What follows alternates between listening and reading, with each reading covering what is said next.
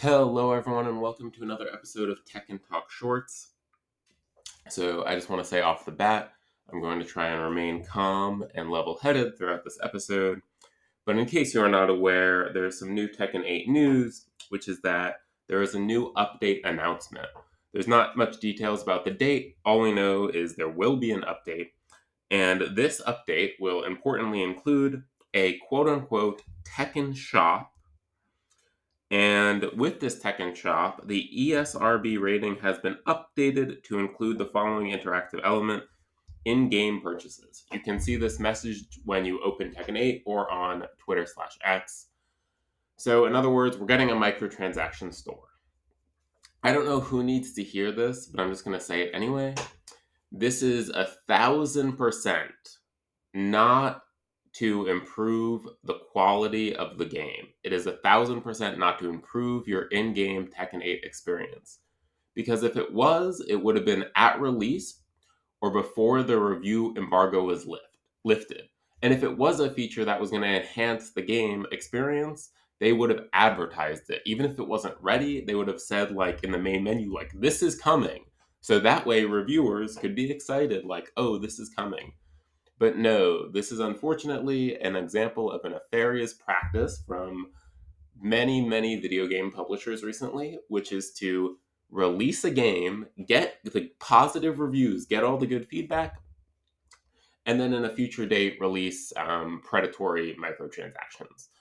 So let's just review what Tekken 8's competitors have done. So Mortal Kombat 11, I've talked about this on this podcast before, but Mortal Kombat 11 released like $10 skins and like a $12 fatality, Halloween fatality, which is an animation. It's a 4-second animation, which they since like retracted and be like, oh, now it's bundled and it's still overpriced. And then Street Fighter 6 came out with $6 costumes.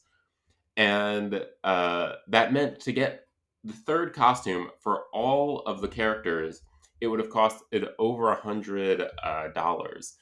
And this was an issue not only with Capcom, but also with many content creators, unfortunately, who basically said, I don't mind paying $6 for an individual costume, but there should really be a bundle where I only have to pay $4 or $5 for an individual costume. If there's any content creator listening to this, please do not do that.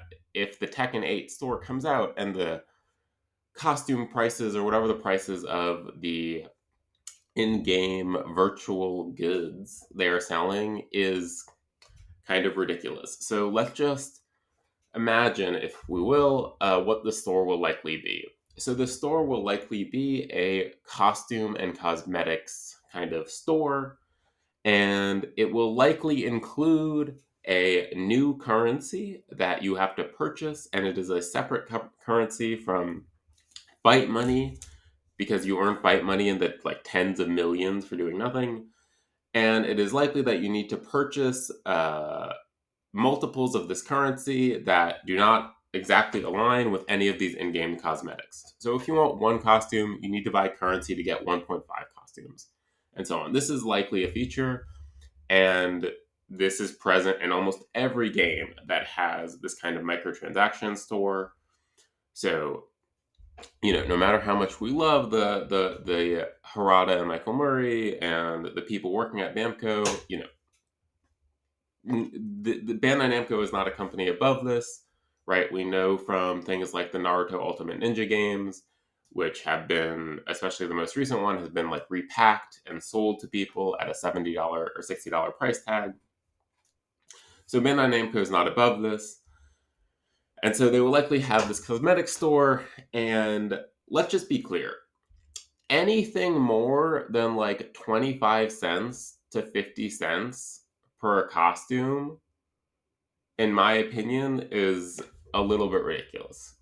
And the reason why I say that is because, let's say, again, I don't think most content creators are going to be on board with what I'm saying here.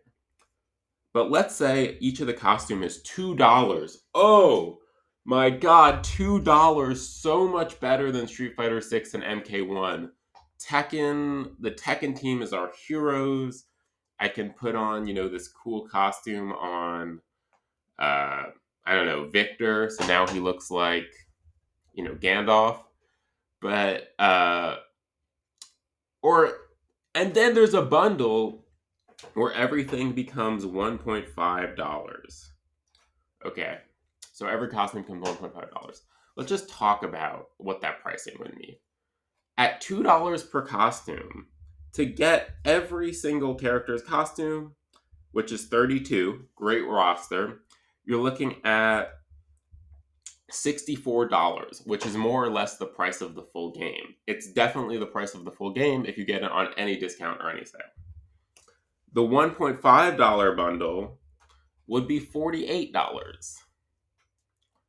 So when you have 32 characters selling these costumes, if you actually want the full experience of the game, as I'm sure they will advertise, I mean, you're basically buying another game, or you're basically buying the game on sale.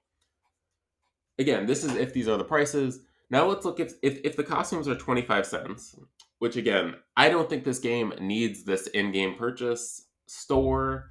Tekken 8 just passed 2 million sales, which is a huge milestone, and reached it insanely quickly compared to past Tekken games, except for maybe Tekken 3. I'm not sure, but I know Tekken 3 sold a bunch really early. But it passed 2 million sales. It doubled Street Fighter 6's launch sales in the UK. It's a huge hit. Twitch viewership is up a lot compared to what Tekken 7 was. Same with the Steam charts. But let's just imagine the costumes are like 25 cents.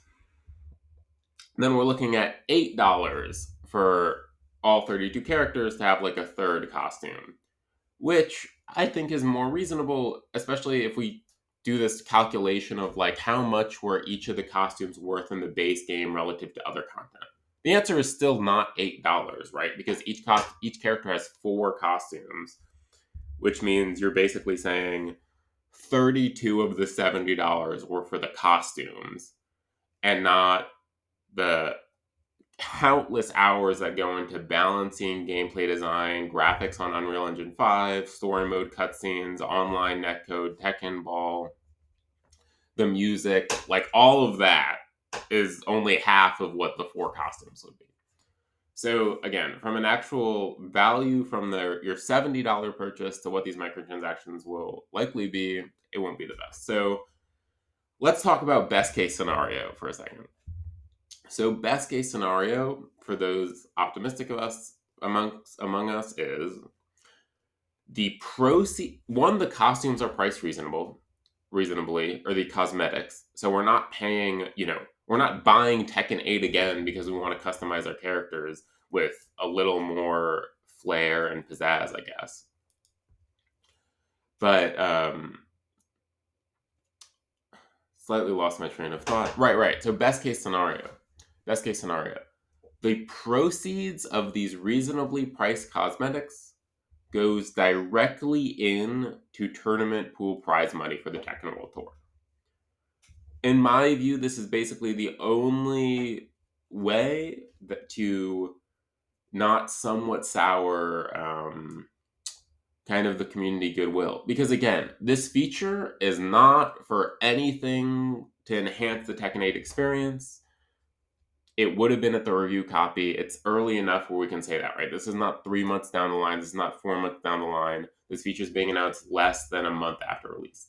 So best case scenario, though, is that the proceeds will feed into the prize pool for the Tekken World Tour, in which case I actually think it's probably a pro or a good feature to be added, partially because it means, okay, I get a costume, I contribute some to the Bandai Namco team, and also I'm contributing some to this Tekken tournament, which if I'm a new player or I don't know about the Tekken World Tour, I might like Google it, like, oh, where is this 25 cents going? And then I see like, oh wow, Tekken World Tour 2023 highlights. Who's this Arslan Ash guy? And you get in the pipeline of becoming a massive Tekken nerd. So yeah, I think that's about it for today. Just be wary of the store, please. Do not, if there's costumes and they're a fraction cheaper than Street Fighter 6 or Mortal Kombat were, please do not heap praises onto Bandai Namco. And anyway, I think I've said my bit. I hope you guys are having a good day. I didn't mean this video to be too negative, and we'll see how it goes. I'll of course post an update when the store is released. Thanks for listening, and talk to you later.